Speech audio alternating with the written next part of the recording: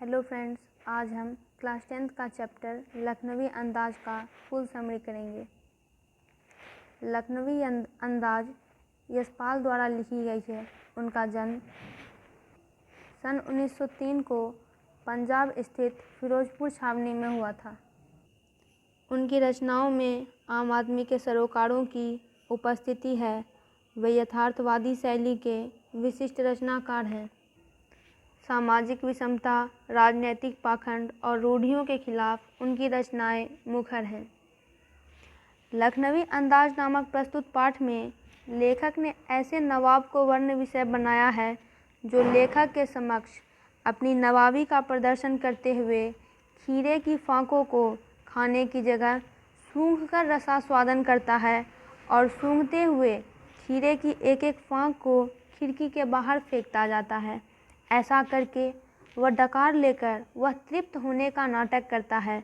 उसके इस व्यवहार से लेखक सोचता है कि इस तरह तो बिना घटना, विचार और पात्रों के नई कहानी भी लिखी जा सकती है।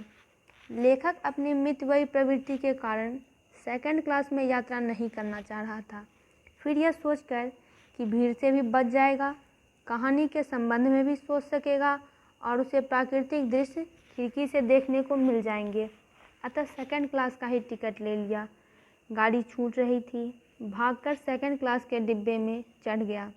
लेखक को अनुमान था कि डिब्बा खाली होगा, लेकिन उसने देखा कि एक बर्थ पर लखनऊ के नवाबी अंदाज में एक सफ़ेद पोश सज्जन पालथी मारे बैठे हैं, जिनके सामने तौलिए पर 2 चिकने खीरे रखे हुए हैं।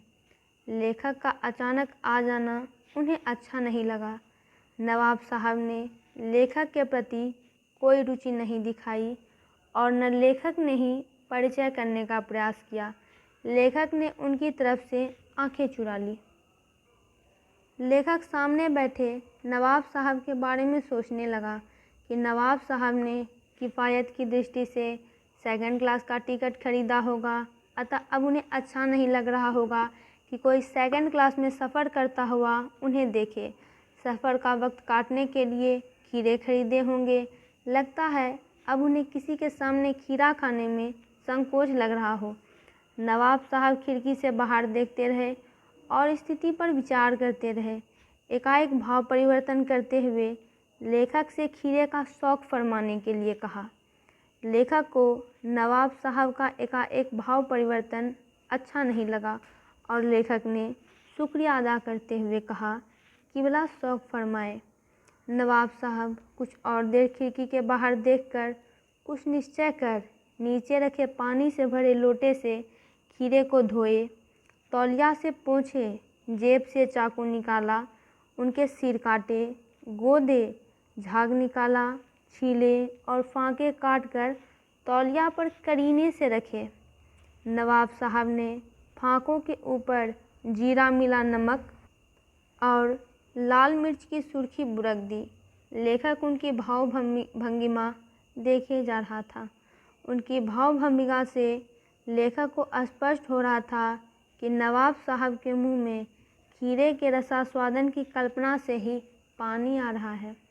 एक बार नवाब साहब ने फिर लेखक की ओर देखा और कहा, वल्लाह शौक़ फरमाए, लखनऊ का बालम खीरा है।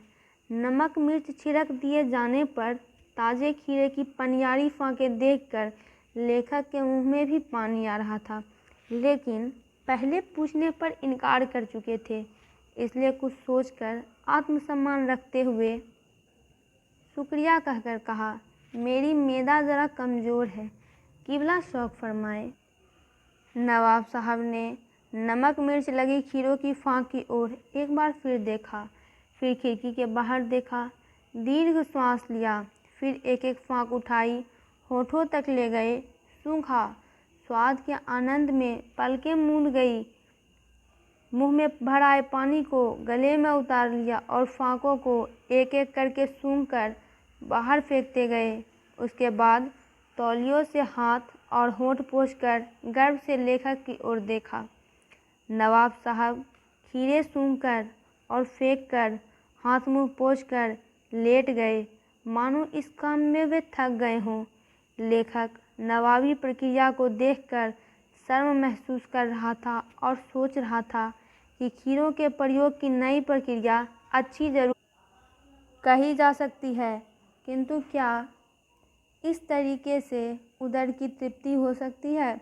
इसी बीच नवाब साहब को डकार आई और लेखक की ओर देखते हुए कहा, खीरा लजीज होता है लेकिन होता है शकील, नामुराद मैदे पर बोझ डाल देता है।